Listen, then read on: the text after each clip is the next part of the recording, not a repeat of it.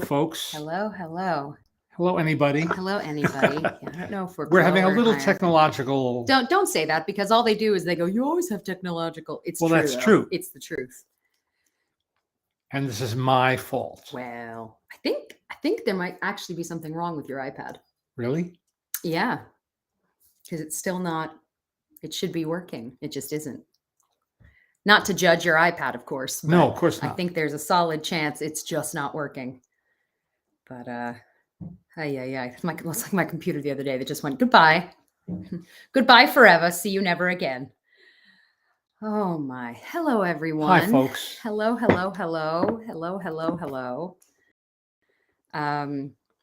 Man, oh man, another week. It's everything has been so busy and good, but so busy. You're sitting back. Hang on. Let's get Not for long. front end also centered. Mr. Maltin. Can you pull that other pillow up for me? I can put it behind you. Yeah. Like that? Like that. Like that. There you go. Look at you. Look at you, like a person. Yeah, it's been hectic. Alice is healing pretty well. Thankfully, her physical therapist is happy, which is really what matters the most. We went to our first outing, her first party the other night. You did, and yes. You went out on the town, the two of you, and it was great. It was a book party, publication party for maybe you just don't have it in right. Would you hand that to me? Sure. Sorry, folks. I'm trying to make sure. This is how we operate our Twitter, and it's not working. And I want to make sure. Elon. Oh, please. I think he's got a lot going on this week, and none of it is good. None of it is useful or good. Lord help us. Man, oh man, oh man. I think what I will do is just put us onto Twitter on my phone. Okay. Leonard, Jesse, if you get the chance, watch the movie Tyson's Run. I don't know what that is. Tell me more, Ricky. I would like to know more. It's been as I say, it's been such a hectic couple of days, in part because I mentioned briefly, but I am working on an event with the Ukrainian government, as one does. And the reason is because I was approached by a friend of mine, I guess in July. And he said to me, I have an idea. I want to put on a film festival in Kyiv. And I said, which I used to pronounce Kiev. Yes, but it is not. And I learned that because right before the end times, I went to Kyiv. I was there, and they explained. Actually, our taxi driver said it's Kyiv. That's how he said it. Kyiv. We said, sure, whatever you said. And he said, I want to do a film festival. Do you think people will come here? And I said, with love, no. I don't think it's a good time right now to try and get people there. And he agreed. Thankfully, he agreed. And so we discussed other options. And what we finally got into, and this has just been trying to figure things out. Mind you, trying to figure things out while the two people that are the other part of your team are in Kyiv, where they keep losing water and power. This is an old American friend of Jesse's. Yeah. Who happens to now live that part of the globe. For a long time. He moved away a very long time ago. Yeah. But he is, bless him, he's been working his butt off raising money for the government to help with everything. Especially, all the stuff that they need medically. And anyway, it's been huge. But we are putting on these two events, 3 technically. One is in LA on November 20th. One is in London on November 26th. And simultaneously, although maybe not anymore because of everything that's happening, it would be London and Kyiv would have an event at the same time. Problem, especially as of today, is that Kyiv still has no power. They keep losing power. And I don't mean that in a metaphorical sense. I mean that in electricity. And that has just been crazy. they don't have any power. They didn't have water. They have that again, thankfully, but now they don't have power again. And trying to do stuff, we're working with the government and my friend and everything, and it's just been crazy. So the events are almost here, which is kind of unbelievable, and I'm very excited about them, but also nervous, of course. He finally got his flights, Oh yeah. so he'll be coming soon, thankfully. Because that too was really scary. Was him sending videos of missiles going off down the street, and I'm saying maybe just come home, maybe just come back sooner, maybe come back to LA a little sooner. I like you in one piece. But it's just been wild. At the charity that we're working with is President Zelensky's official charity called the United 24. And part of what makes it good is it's transparent. And you can decide. There are three options when you go to the website, the United 24 website. There are three options as to where you can donate. They're making us a special link that will be up. So if you're a part of what we're doing, you can donate that way. But you can choose if you want to donate towards rebuilding, towards medical aid, or demining, this whole thing. But yeah, It started with a very specific goal to raise money to rebuild a specific a building. specific building, But which is a concert hall and movie theater. Yeah, not a movie theater. No. It's a concert hall and venue.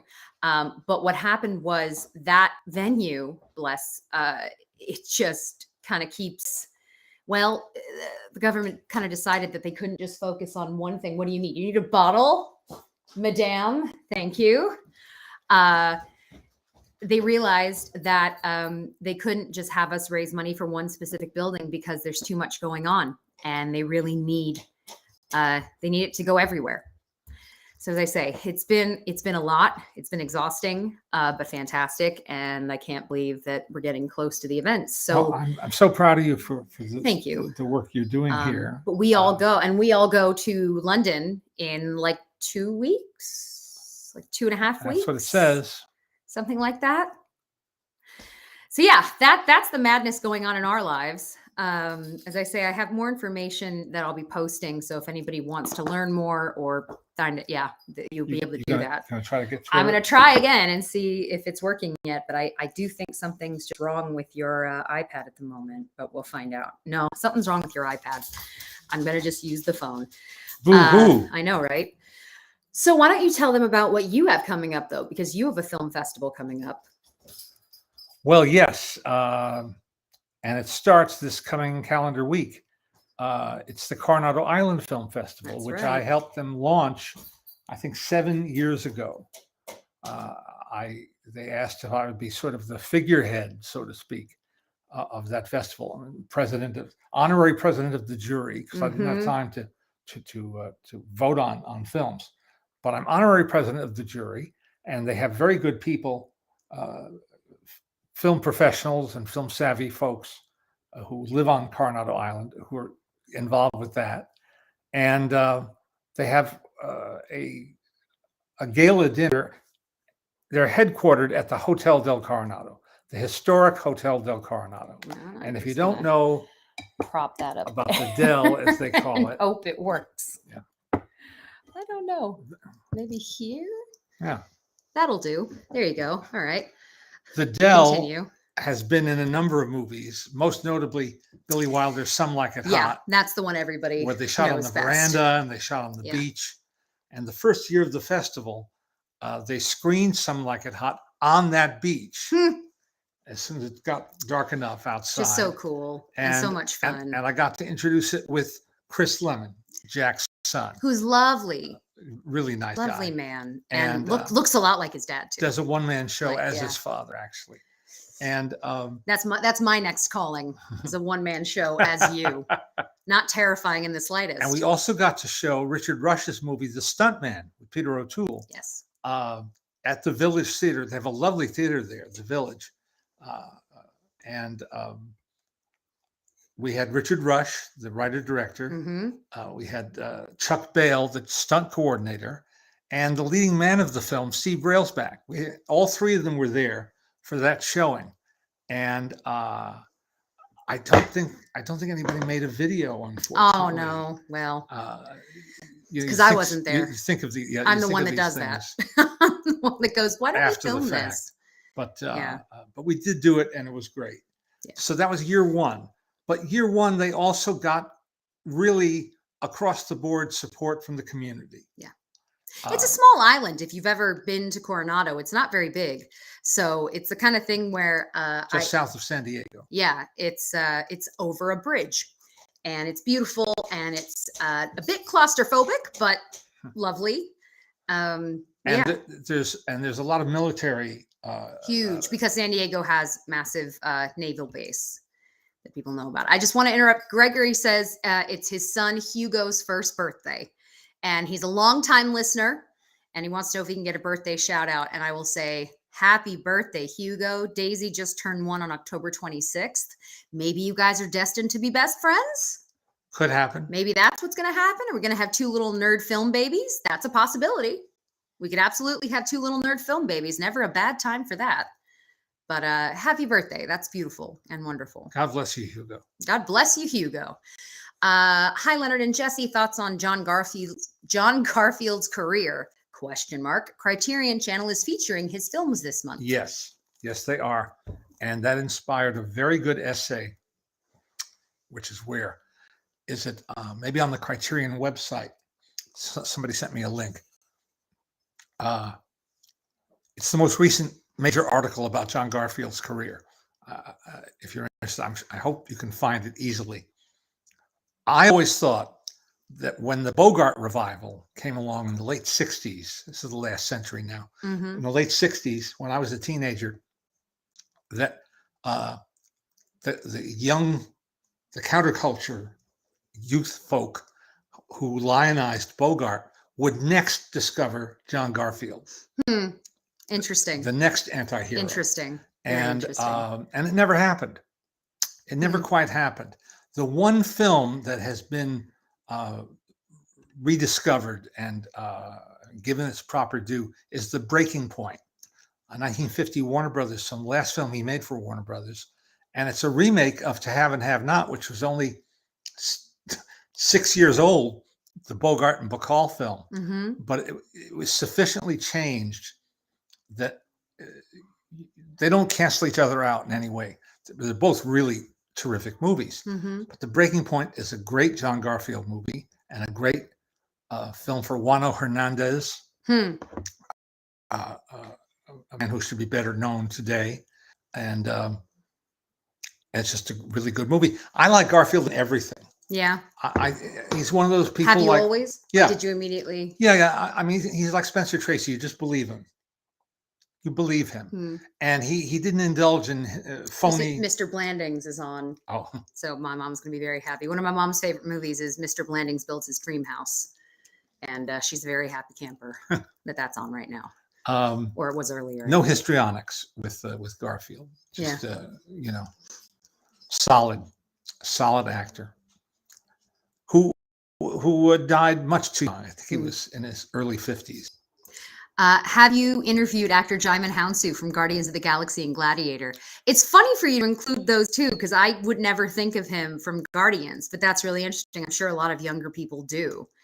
Have you interviewed him before? No, I've met him, but I've never interviewed him. I met him, but you've never interviewed him. He's got such power, doesn't he? He's an impressive man. He's got some serious power to him. And you understand why, as soon as he came on the scene, people reacted. We talk about that sometimes, like there's that it factor, but it factor exists for a reason, because it is real. My mom was watching, I point up, by the way, because we're downstairs. My mom's upstairs directly above. So I'm pointing this direction. My mom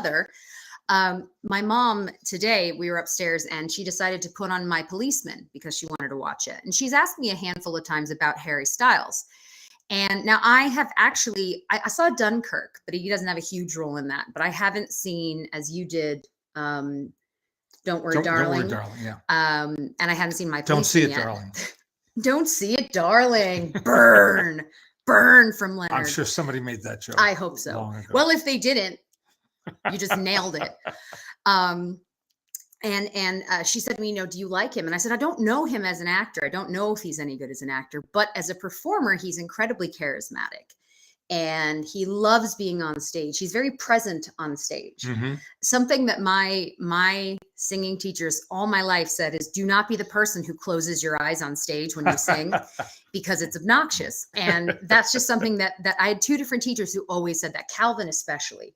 Oh, Calvin was big on that one. He was just like, if you close your eyes, you are being selfish, and it has nothing to do with the audience. It's all about you. And so it's just something that's burned into my head now. He obviously didn't go to Miles Davis concerts. Oh Lord, right? Oh man, he passed away a couple of months ago. Yeah, I had Calvin Remsburg. His name is Calvin Remsburg. He was on Broadway, and he taught a lot of kids here in LA. And he was my singing teacher for years, and coached a lot of professionals. He did, yeah. No, he was amazing. He really was amazing. He was in Phantom of the Opera on Broadway, off and on, and then lots of other places, and Cats. Yeah. Anyway. That was a big one for him. And so I find with Harry, part of what I enjoy so much about watching him is he's very present, mm-hmm. and he really gets involved, and it's fun. So yeah, I it's a long-winded way of saying that I think he's probably a good actor if that goes off of anything else in the way he performs. So we'll see. And what little we watched, he seemed good. Mm-hmm. There's a phrase that I will never forget, and it's what you said. I don't know if you remember this. When you saw the Britney Spears movie Crossroads, yeah, and you came home and I said to you, what did you think? This is probably now a graphic thing that you're not supposed to say, but my dad said to me, they didn't give her enough rope to hang herself with. Now, that sounds terrible considering how Britney has fared, but in a general sense, it just made me laugh, and I thought it was a perfect way to describe things from then on. How was it? They didn't give him enough rope to hang himself with. It was fine. It was fine. It's nothing special, but it's fine. So that's what pops into my head all of the time. Thank you. You're welcome. And Craig says, I have a list of new movies to ask your opinion about. Banshees of Inisherin, Louis Armstrong's Black and Blues, Salvatore Shoemaker of Dreams, and To Leslie and Triangle of Sadness. You've seen some of them. Yeah. Let's start with Banshees. Start first from the top. Banshees. Okay. Banshees of Inisherin, written and directed by Martin McDonagh, who brought us In Bruges, which is like the best thing he's ever done. Yeah. Not a fan of Seven Psychopaths. Don't love that movie. Wanted to.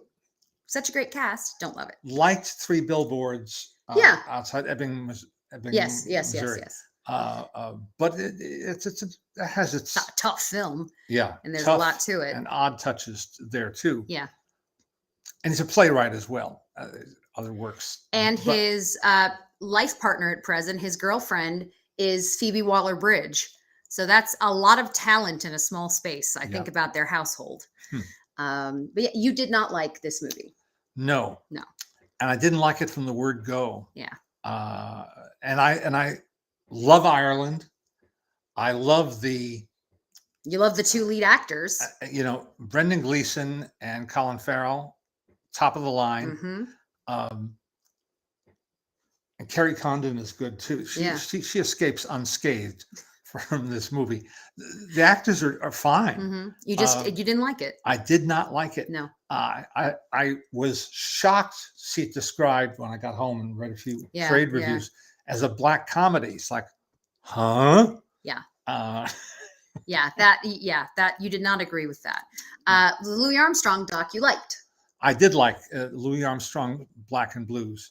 I didn't learn anything new, but then I'm more than a casual fan. This is your wheelhouse, of Louis Armstrong. They had the good fortune to talk to, among others, Wynton Marsalis, who is so eloquent. He's just so eloquent. I still think of him as a kid. Yeah, as a young blood. I still think of him as the new up and coming jazz guy. Yep. And then I have to realize now he's the established. He's the guy people want to be. But you have that sometimes because I think about watching him when I was in, I don't know, 4th grade, 5th grade. And thinking that he was, really good, and we were excited to see everything he was going to create, and that's a while ago. And but he's doing it now. He's still doing it. Yeah. And He's so articulate and he Yes. loves it so much. And he is a fantastic ambassador to the world of jazz. Yes. He really, really is. The best, maybe the best ever. Yeah. They also use old interview sound bites, but the main thing that they do is they use excerpts of Armstrong's own home recordings. He was almost an obsessively wired in guy when after World War II in the early 50s, when home tape recorders were affordable and available. And he filled endless hours talking about his life, talking about his experiences. And they've used a lot of that archive so that you get to hear him curse, which earlier documentaries, were too polite to do. I'd love to hear him curse. It sounds delightful to me. They want to try to find his position in the civil rights era. And his stance was, I'm just doing what I'm doing, and I give money to the cause. Yeah. But I can't change the way things are. Yeah. But then at a certain point, he refused to play any establishment where he couldn't walk in the front door as a customer. Mm-hmm. So he reached a point. It's huge. Yeah. Yeah. But it's very entertaining and a lot of good stuff. And you and Mommy liked Salvatore's Salvatore Shoemaker of Dreams. Yes. Very entertaining documentary. You guys like that one a lot. I knew nothing about Ferragamo and his long ties to the movie industry. Yeah. Going back to the teens when he came to this country and went to Santa Barbara, of all places. Of all places. Where there was a movie studio in the teens. The Flying A. Yeah. The American Film Company. It's a really good doc, though. Everyone I know who's seen it has really enjoyed it. Have you seen To Leslie? And did you see Triangle of Sadness? I don't think so. No. You didn't see I want to see Triangle of Sadness in particular. Someone over here on Twitter just asked, when we think of River Phoenix, what's the first role that pops into mind? And they're saying for them, it's young Indiana Jones. I think for me, I think it is Stand By Me. I think that's what I see when I close my eyes. I think so too. That's definitely one of them. Also, Running on Empty. That's probably the next one. When I think of sort of the longer hair, I think those two. He is obviously, there's a laundry list of people who died too soon, and you just know they would have been something today even. And River Phoenix is very much to me one of those people where I would have loved to see his work today. Yeah. Because he was so good. He was so good. And I think his brother's really talented. I just think it's so unfortunate that his brother is tortured in this way. Yeah. That he's lived through some really terrible things in his life, and it has left him a troubled, much better now, I will say. He's much happier now. He has a beautiful partner and a child, and I think he's much happier than he has been. And that makes me happy. You want to see people, you don't want to see people fall apart. You want to see them succeed. That's to me, at least, that's the goal. Each one of the devices is having a hernia today. I don't know why. Your phone just turned off randomly. Hey, Apple, we have questions. It's fine. Is anybody there? It's all fine. Does anybody care? Has either of you seen the first film, the documentary of early Anglo-French film pioneer Auguste Le Prince? No. No. I have not. I don't know what that is. So there you go. I'm regressing and started watching Teen Wolf. Dylan O'Brien reminds me of River Phoenix in that show. Dylan O'Brien is an interesting, I watched that show when it was on, and I immediately thought, as I'm sure many people did, hey, this kid is really good. The show's kind of ridiculous, and that's fine. But this kid is really good. And he was. Yeah, the Facebook stream is out of sync. Everything. I've given up.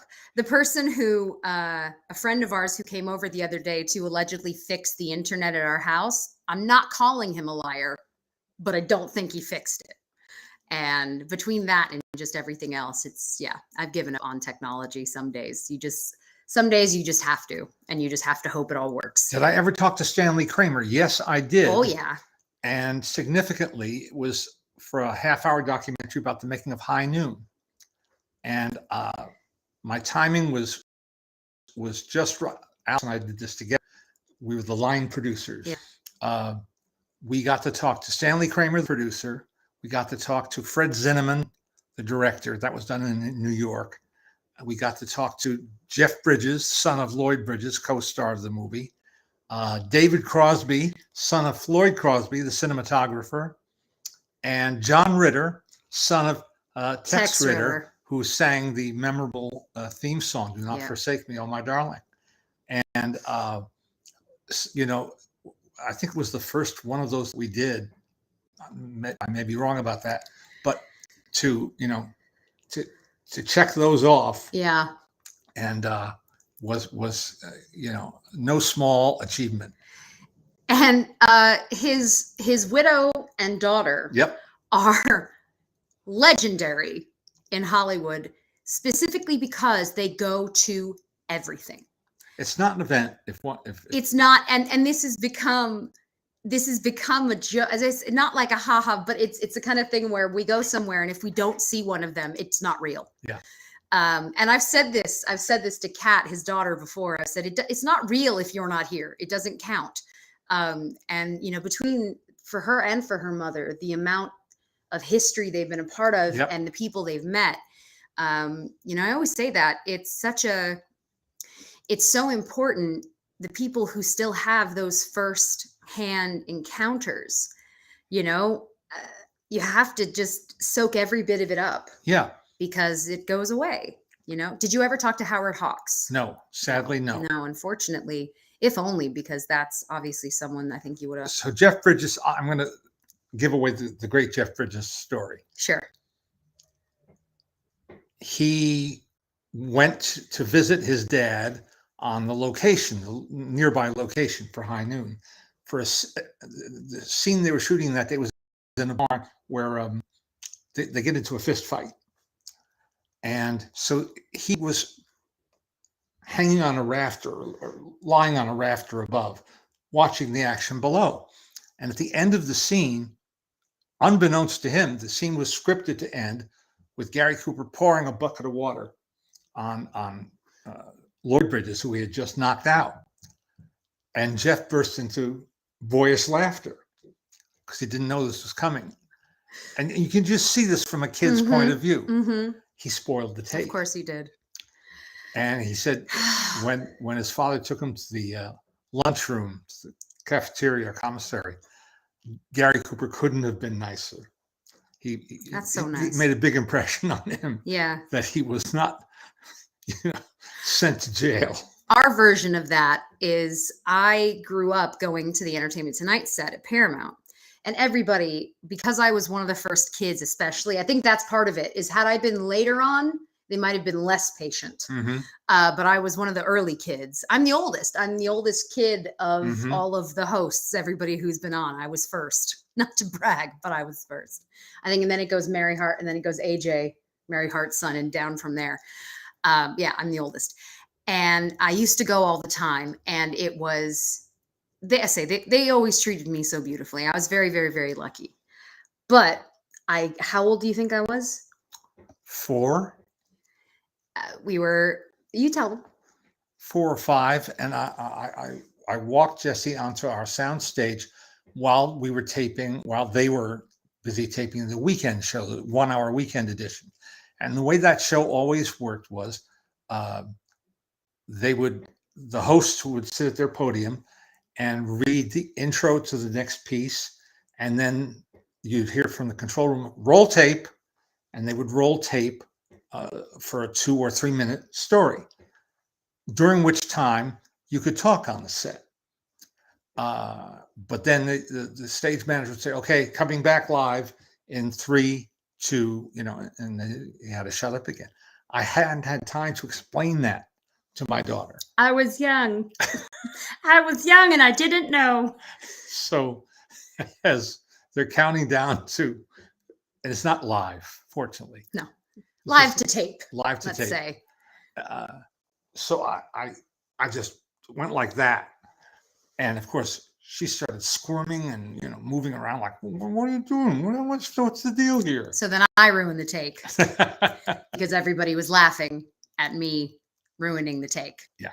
Yeah. But I was lucky. Again, everybody. No, there was no. It was pressure. a good group and nobody was mean about it. Nope. The only time I got truly yelled at by Miguel, is when I had glitter on me and it got on the stage. Ooh. That was not good. That did not go well for me. He was not happy. And I learned to never have glitter on me ever again when I knew I was going to be at ET. Please invite James Gray again to the podcast. We were actually just talking about this because you like his new film, Armageddon Time, so much. And James is so much funny, so interesting. And maybe this time we could actually do it in person. Yes. No, James wasn't in person, was it? Yes. Oh, yeah. Was it? Oh, sure. It was at Maltin. I remember. God, that's how long it's been. We haven't done in-person interviews. We've done like 2 since 2020. I want to say 2 or 3. It's horrible. I miss it. James is stutteringly funny. He's very funny, very smart. Richard Brody wrote about this in the New Yorker this week. What's Mark Shore was saying that when we were in Telluride. Yeah. He goes, the guy wants to be a stand-up comedian. It's very, he's very, very funny. Yeah, a few people are asking about Tar. I didn't see it. You saw it. You didn't like it.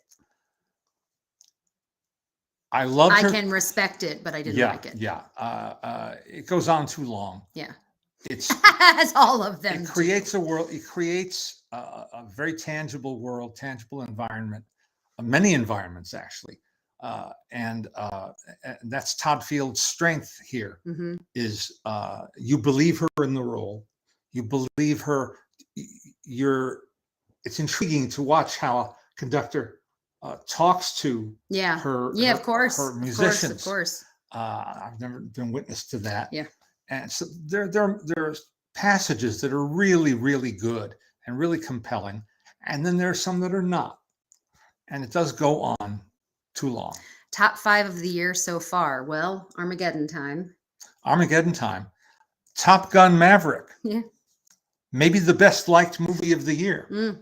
I don't know anybody who didn't like that movie. I still haven't. I haven't seen it, but I haven't seen anything. Mm-hmm. Trying to think of what else you really, really liked this year. Not a lot. It's hard, to be honest. It's hard whenever people ask that. We have to kind of just look back and try to figure out what came out this year, because that gets confusing too. Is figuring out what is. I screened a film in my class that won a prize or 2 at Sundance called Emergency. That didn't seem to make a blip on the radar. Not Ambulance, not to be confused with Ambulance, because that was terrible. But Emergency is really good. It's really good. I'm trying to think what else. No names attached to it. Can't even remember. First time. When are the embargoes up for Fableman and? I can't talk about Fablemans yet. I didn't. No, or Pinocchio. I didn't think so, but I was just wondering. We're going to see Glass Onion tomorrow. I'm going to a movie, guys. I'm going to a theater if my child allows. And I'm very, very, very excited about it. We're going to see Glass Onion. I hope it's good. My fingers are crossed that it's good. It's all you can hope, right? Let it be good. I can say I was most eager, I think, to see The Fablemans. Yeah.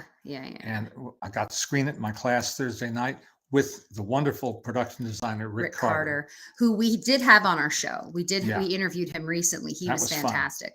Hi, Leonard and Jesse. And I liked it. I think I'm allowed to say I liked it. Yeah. Very much. That's fair. Yeah. Did you see the Weird Al movie? Not yet. I had a bunch of friends go to that premiere, and I'm very jealous of them.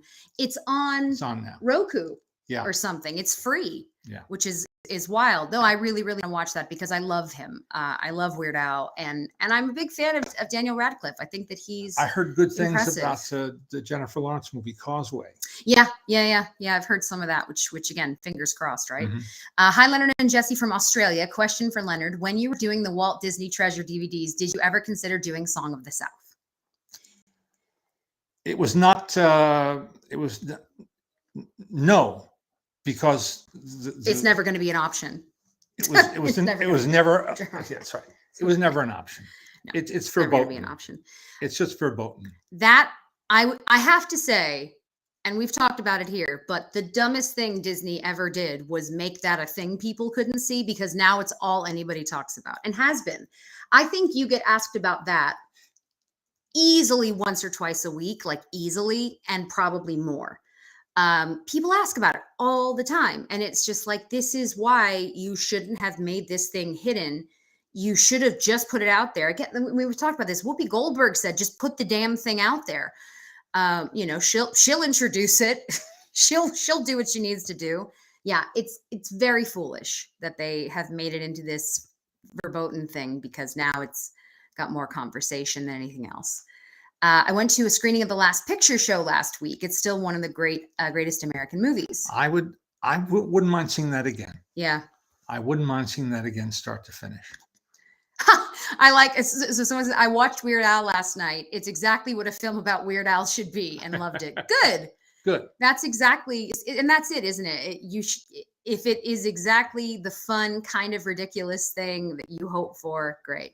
Oh, thank you, James. James says, happy first birthday, Daisy. Thank you. What has come with Daisy being one? She's more stubborn than ever. How is it possible?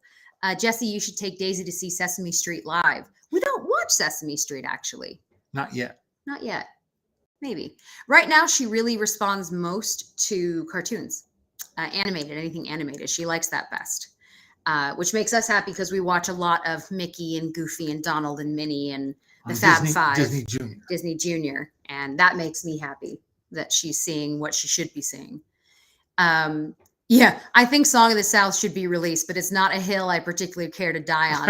No, it's like, that's the thing. They should just put it out there. It exists. People can find it. Like, just put it out there and be done already. You know, it's just not worth all of the effort and the stress and the strain. It's just nutty. Julianne Nicholson has now played moms of two icons in fictional biopics. She's so good. She's good in everything she does. Yes, she is. She's really, really talented.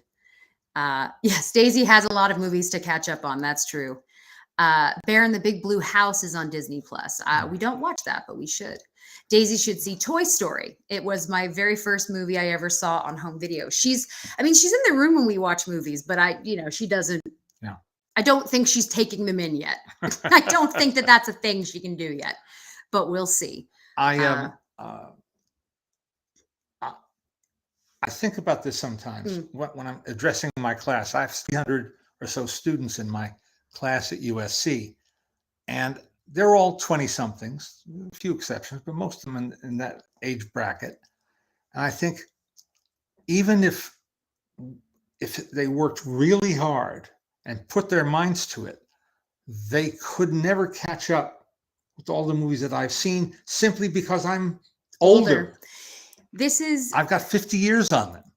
How often do people say to me, do you want to do what your dad does? Yeah. Right? All the time. Do you want Jesse to follow in your footsteps? And the same thing I repeat over and over again. There's no way for me to ever know as much as my dad knows. Ever. It's also not my passion, but it's like I could never, simply based on time even, maybe when I am 70 years old, I will know something, a third of what you, not even 1/100th of what you do. But, that's always, people love to sort of talk about that kind of stuff. You can't. And I think it's wonderful when people set out for themselves, like, I'm going to watch AFI's top 100 list. Yeah. That's great. Again, my parents always have TCM on. Again, I'm pointing up to where my mother is. My parents always have TCM on. And it's, we're always watching stuff that I say, what's this? What's that? And even for you guys, sometimes you don't know what it is. It's like, there's just so much.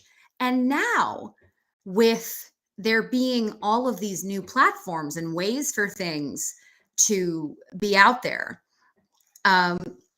it's kind of like, I really don't know how we'll ever keep up. The number of press releases we get emailed in a given week. Man. Oh, TCM is doing something great. They acquired Lisa Hurwitz's Automat documentary. Right. And they're going to do an entire evening on the 22nd of this month. You're so giddy. Well, it is. I saw the promo last night. Lisa had told me about showing her film, Yeah. which in itself is great. Yeah. But they're going to show Easy Living, written by Preston Sturges from 1937, and The Thrill of It All, Doris Day, and other films in which the automat makes an appearance. I love that. And that's very clever. So that's bravo, Charlie, or whoever came up with that idea. Man. Well, but the documentary is now running on HBO Max. If you haven't seen it, it's just called The Automat. Catherine Alexander says Hugo loves Bluey. You know what? I've said it before. I'm gonna say it again. We love Bluey. One of the best shows on television. Watching season 3, it's glorious. Happy Sunday, Maltin family. Hello, Leonard. What did you think of Everything Everywhere All at Once?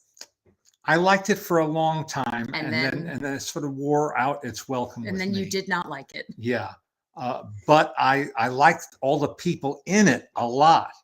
And I think it's a great part for Michelle Yeoh because it shows you facets of her. Oh, she's so good. That we've not seen very often, if at all. I don't. It gave Jamie Lee Curtis a wonderful character comedy part to play. And I can't. Oh, it's the boy from Indiana Jones from years ago. Oh, I've never seen growing that up. one. Well, yeah. Well, never mind. Yeah. The boy now grown. Yeah. Who has not acted in many, many years. Yes. He's very, very good. Yeah. And I apologize for messing up his name. Yeah. Leonard and Jesse, you guys should be Hago tour guides. What is Hago? I do not know what Hago is. Born in 1952 and just finished Starstruck on audiobook. Thank you. I really enjoyed it. Oh, well, thank you. We're so glad you did. I can't believe it's been a year since that book came up. And I told my dad now he has to start working on another one. And you know what his face was? It was that. When I said you start working on your next book, that was the face I got in response. But it's true. You're a writer. You got to write. I know. Writing's what makes you happy. It stresses you out, but you love it. No, I love it. It's very, I asked my dad that. I said, if you could only do one or the other, writing. If it was watching movies or writing, you love writing. I love writing. It brings you joy. It's what you should do. Have there been classic films you were surprised your class liked/didn't like? So for the most part in his class, they show new movies. So that's not really something we get a sense of for the most part, but. When I first started teaching, somebody stopped. We went to the Academy Museum yesterday for another book launch, Bruce Davis's really fine book called The Academy and Its Award. It's a comprehensive history of the institution, the Academy of Motion Picture Arts and Sciences. And Bruce was its executive director for some 20 years. And he did a bang-up job and steered the ship safely through often turbulent waters. And he's written this book that could be a dry, recitation of facts and quotations from minutes of meetings held. No, he's a good storyteller. He's erudite and he's witty.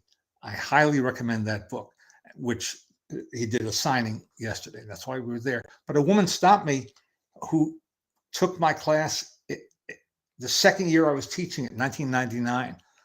What I did back then was on the last night of class, I showed an old movie and had a guest from the old movie. Now that's 24 years ago. So a lot of people were alive then who are no longer with us. And I'm glad I took the opportunity to ask them to come. And the first one was Gloria Stewart, who had just been an Oscar nominee for Titanic, which everybody had seen. Yeah. And I called Universal and said, do you have a 35 millimeter print of John Ford's Airmail, one of his least shown movies? And they said, we just did a restoration. How'd you know? I said, I didn't know. Magic. Would you let us show it? They said, magic. Yes. So that was my first guest. My second guest was Robert Stack, who was then hosting one of those true crime shows on TV, ubiquitous. And I showed Ernst Lubitsch's To Be or Not to Be. And It's the only time I think I've seen that movie where it didn't get its first big laugh. Didn't want that top anyway. No. Go on. The movie, it's not the very first shot, but very early on in the film, Jack Benny walks on stage in tights and period costume and recites a speech by Hamlet, which he's going to play. That's a guaranteed laugh. If your audience knows Jack Benny. So in 1942, it must have been just a riot. Right. In my class 1998, 9. Yeah. Not so much. Less of a riot. But they got into the movie itself. But it's been interesting showing different stuff in the same way for anybody. When you watch something you haven't seen in a long time, some things hold up really beautifully, some things don't. I'm trying to remember what was one. Was it the Angela Lansbury one that yes, didn't you do well? You thought the Manchurian Candidate was that the acting wasn't. It was a lot. It was overdone a bit. And now, this is my daughter talking with 21st century eyes. Yeah.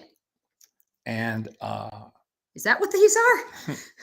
They're getting older. But it's really true. It's true.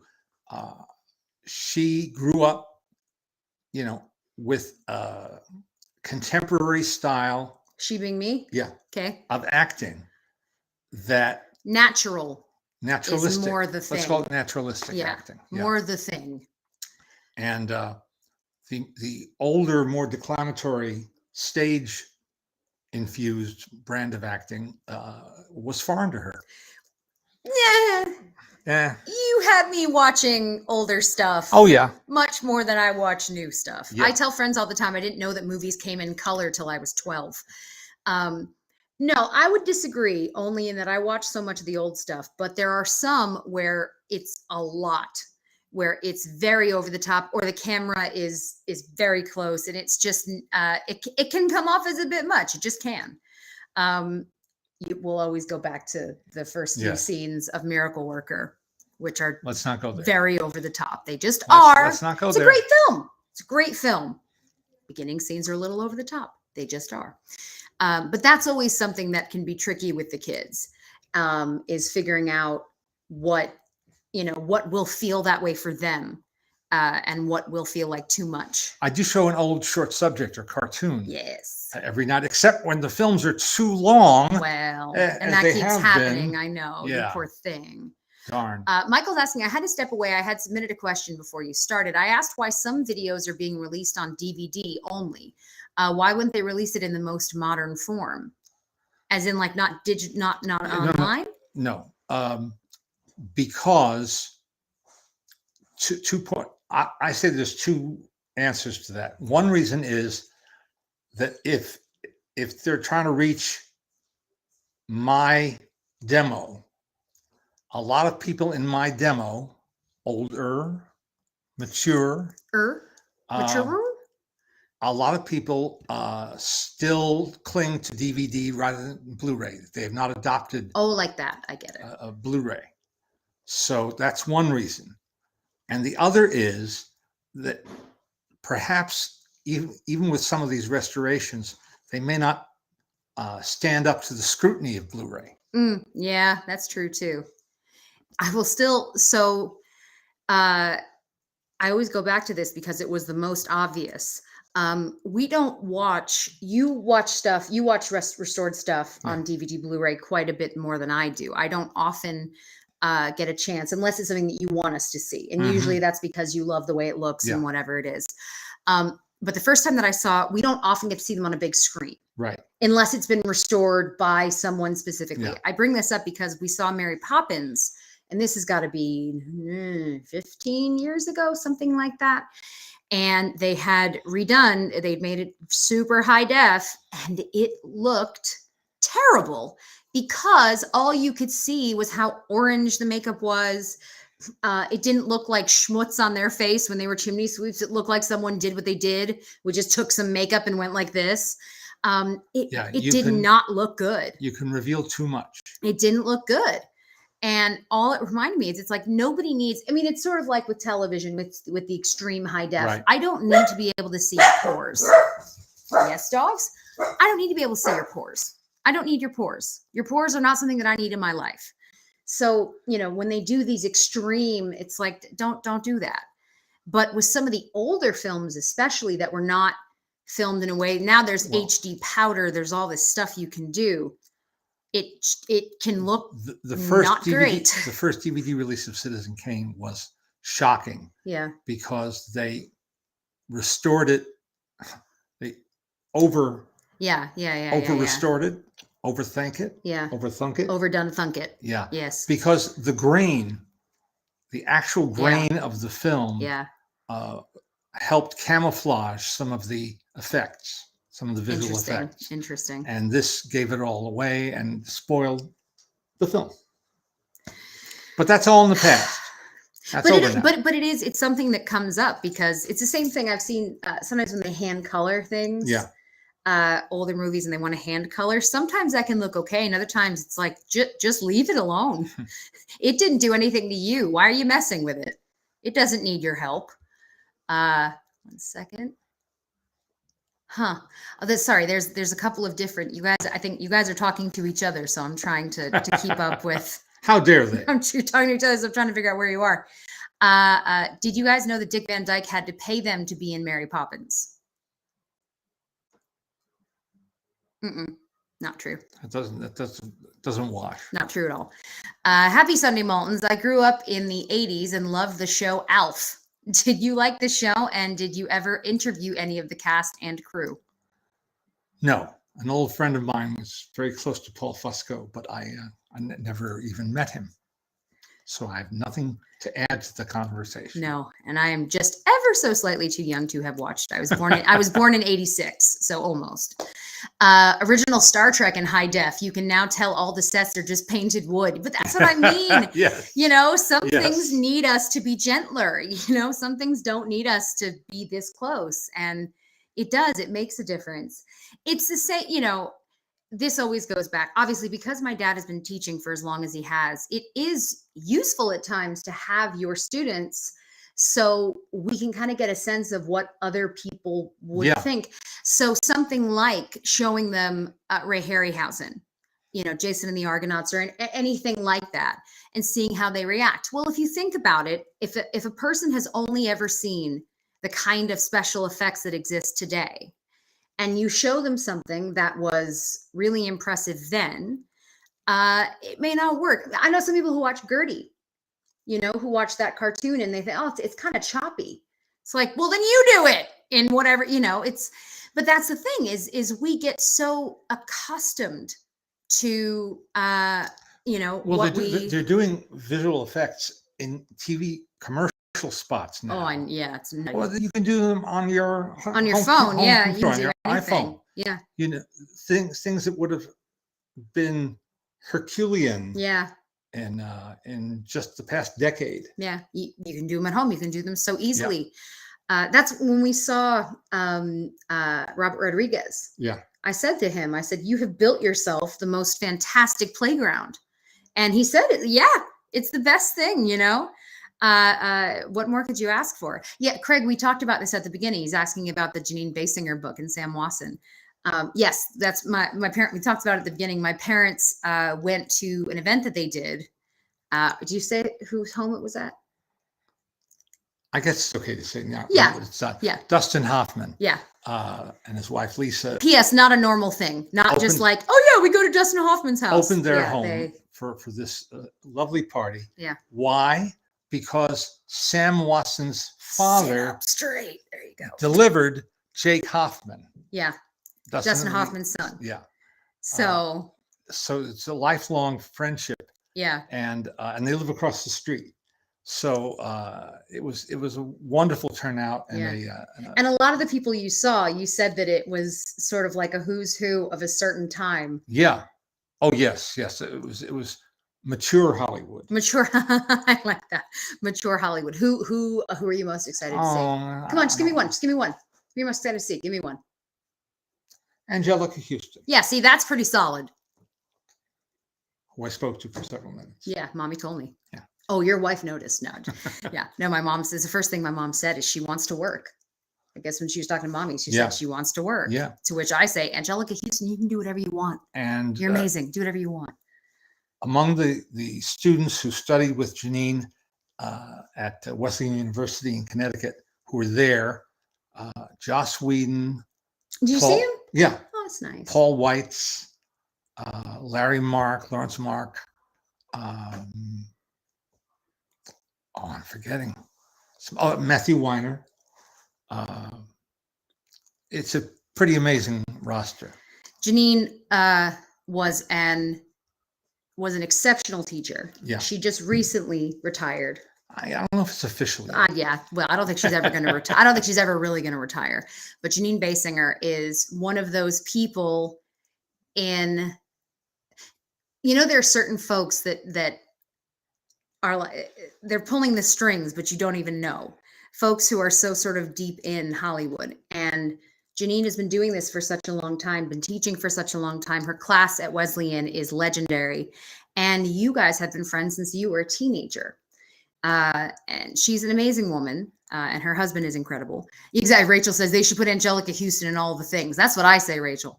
But she's going to do the new John Wick movie. Of course she was is. in one of them. Of course already. she is. Yes to more Angelica. She's Houston. headed to Prague to shoot the new John Wick movie. That there are worse things.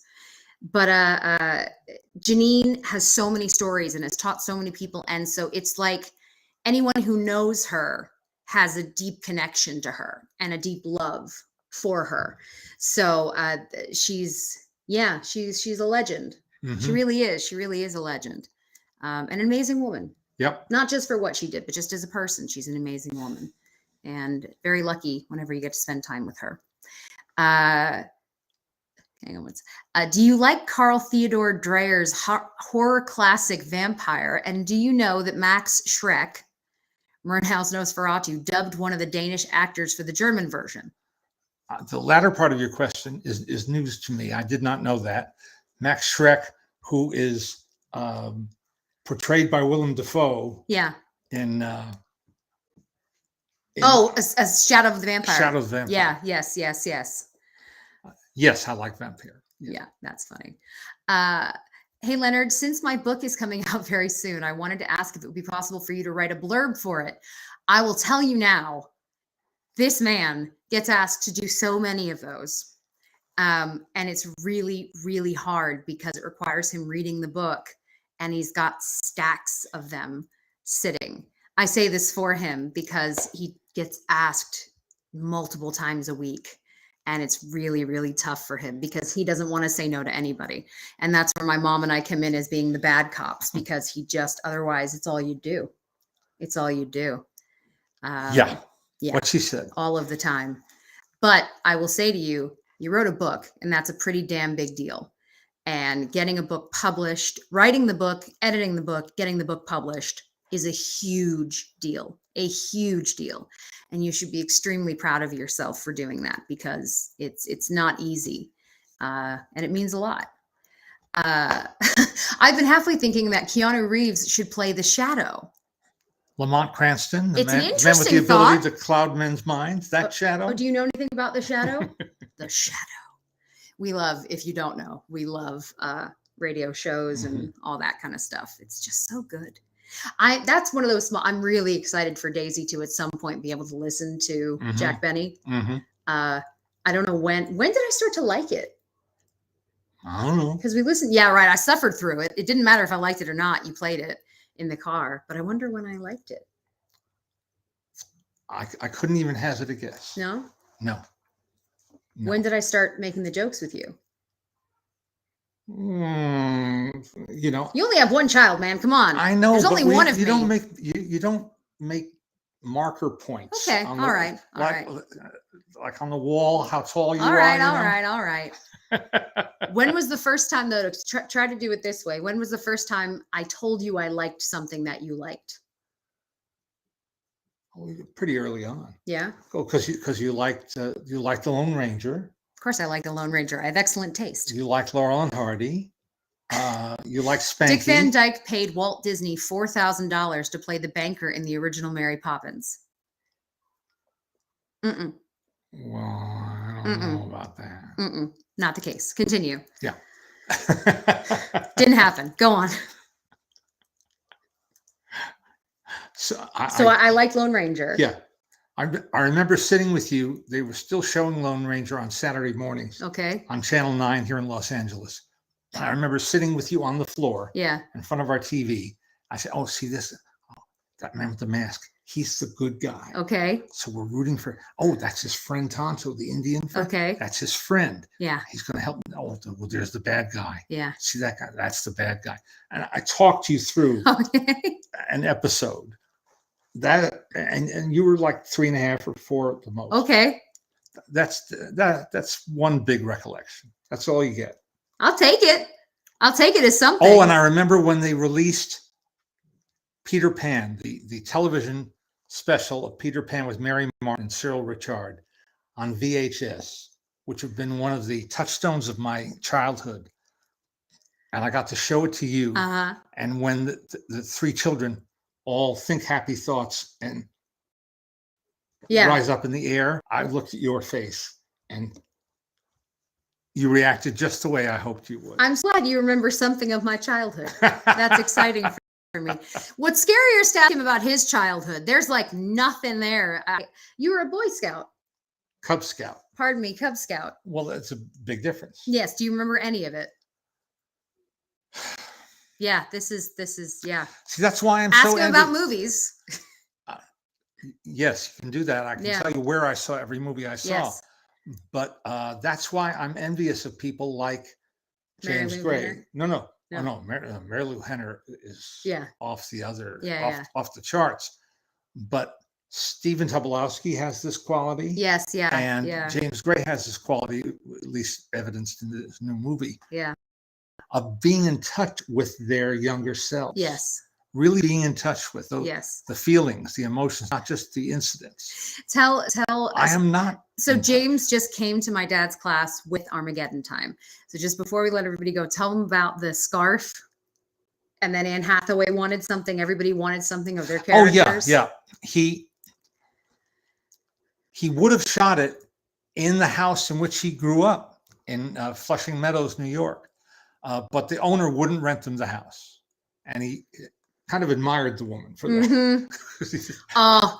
Movie crews come in and make mess up your house big time. But they found a sort of a replica house 9 doors down. Yeah.